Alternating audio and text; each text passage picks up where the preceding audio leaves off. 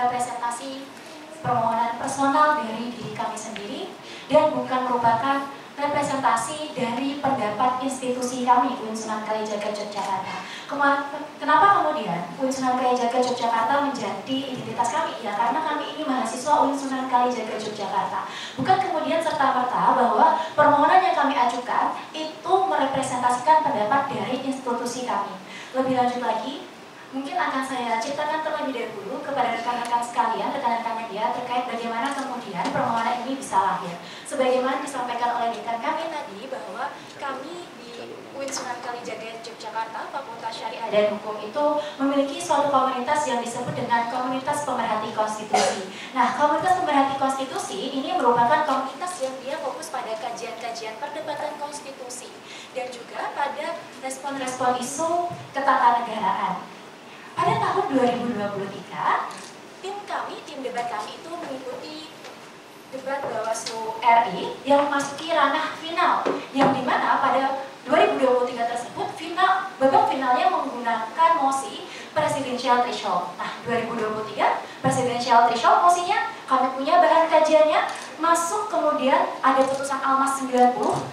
Jika rekan-rekan memahami bahwa undang-undang pemilu pada awalnya itu presiden atau paradigmanya adalah legal standingnya haruslah orang-orang yang dipilih dalam tanda kutip inkasu ini adalah partai politik. Jadi ketika pemilih seperti kita ingin mengajukan judicial review undang-undang pemilu itu tidak bisa, kita tidak punya legal standing kata Mahkamah Konstitusi. Tapi kemudian muncul putusan 90, putusan Almas yang menyatakan bahwa pemilih itu juga bisa punya legal standing. Akhirnya kami mulai mendraft atau mulai menulis terkait dengan permohonan ini itu di awal Februari. Mohon maaf, di pertengahan Februari atau awal Februari jika saya tidak silang ingatan. Di sana kami mulai mendraft, kami mulai kemudian menulis gugatan permohonan-permohonannya. Banyak sekali pertanyaan dan juga banyak sekali komentar-komentar di media sosial yang menanyakan, lalu kenapa baru sekarang? Lalu kenapa tidak sebelum Pilpres? Sederhana saja jawabannya, bahwa semakin dekat dengan Pilpres, maka tekanan-tekanan politik itu akan semakin luar biasa.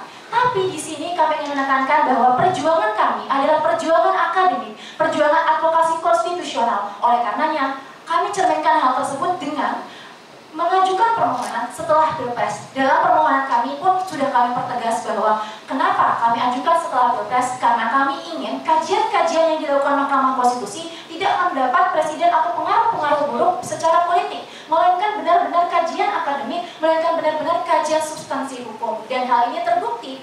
Dari Februari 2024 kami beracara di Mahkamah Konstitusi, terhalang PHPU Pilpres, dan kemudian di Januari 2025, hampir 1 tahun kami beracara di Mahkamah Konstitusi. Pada akhirnya, sebagaimana harapan kita semua, ada angin segar bagi demokrasi Indonesia. 32 putusan Mahkamah Konstitusi sebelumnya menyatakan tidak diterima dan ditolaknya permohonan-permohonan tersebut. Kemudian di permohonan ke-33 ini, akhirnya Mahkamah Konstitusi dapat mengabulkan keinginan dari masyarakat Indonesia itu sendiri. Kami sadar dan kami mengamini pula bahwa memang pasal 222 ini open legal policy serta rekan-rekan semua. Di permohonan kami juga kami nyatakan, tapi open legal policy itu sendiri memiliki beberapa batasan yang dapat dilanggar apabila melanggar rasionalitas, melanggar moralitas, dan melanggar ketidakadilan yang intolerable. Dan kami nyatakan itu dalam permohonan kami elaborasi dengan keadaan Pilpres 2024 hingga hasilnya seperti sekarang ini. Namun sekali lagi kami ingin tegaskan bahwa permohonan kami tidak mendapat intervensi dari organisasi, institusi maupun partai politik manapun. Apa yang kami lakukan sekarang, permohonan yang kami lakukan sekarang merupakan murni perjuangan akademik dan juga perjuangan advokasi konstitusional. Mungkin sekian yang dapat saya sampaikan. Terima kasih.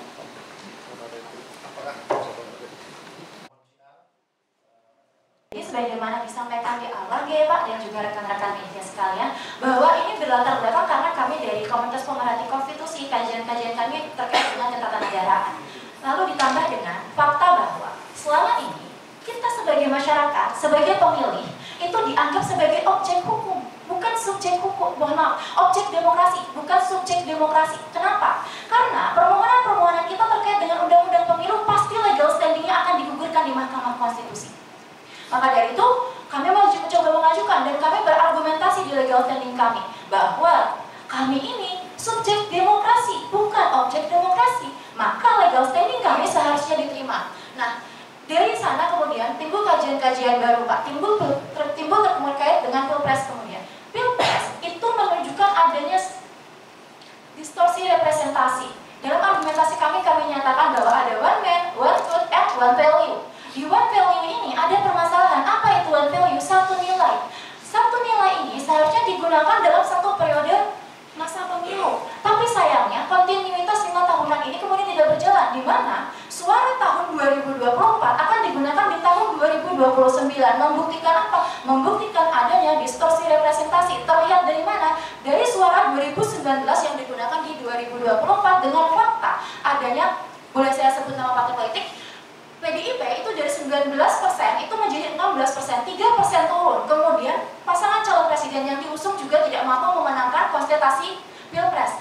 Di situ kita analisis ada distorsi representasi. Kenapa distorsi representasi ini menjadi concern bagi kami? Kenapa menjadi sangat penting? Sebagai seorang mahasiswa kemudian kita lihat bahwa ternyata representasi representasi calon presiden, capres, cawapres itu tidak sesuai dengan preferensi kami. Kita ambil contoh saja. Dari ketiga capres cawapres kemarin, seberapa banyak yang kemudian membahas terkait lingkungan, membahas terkait dengan perempuan. Kalau kita buka kontestasi itu lebih luas, kami berharap bahwa saya ingin ada capres cawapres yang mungkin perempuan, yang bisa membawa isu-isu domestik, itu ke ranah nasional.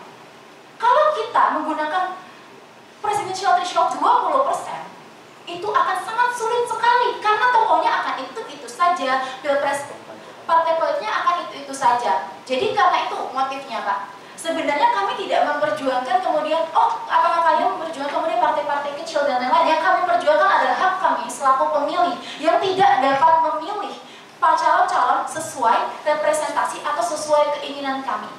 Demikian mungkin, Pak. Terima kasih Enika yang mewakili teman-teman. Saya berikan kesempatan 10 menit untuk teman-teman media menyampaikan pertanyaan-pertanyaan.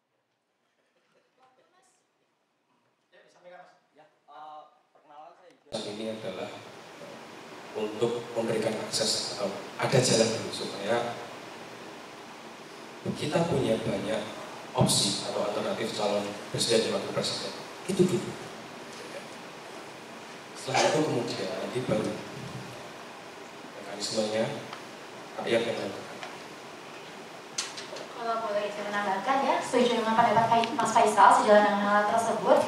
Tujuan dari permohonan kami adalah untuk mengurangi adanya polarisasi politik yang cukup tajam dan memberikan alternatif pilihan. Dan kami yakin bahwa nanti itu koalisi-koalisi akan terbentuk secara alami dan naluri, maksudnya secara alami. Karena bagaimanapun juga kontestasi politik ini itu kan merupakan kontestasi yang cukup besar, sehingga pastinya parpol-parpol juga akan secara naluri ikut bergabung. Sebagaimana yang terjadi di pasangan SBY di tahun 2004 ya. Di tahun 2004 itu kan secara sadar parpol-parpol yang dia itu punya suara sebenarnya bisa mengajukan sendiri, tapi pada akhirnya memutuskan untuk bergabung. Ada Partai Demokrat dan 2 partai lainnya, mohon maaf saya agak lupa. Nah, itu kan secara alami mereka bergabung ya. Mungkin demikian pendapat dan tanggapan dari saya. Oke, ada yang lagi?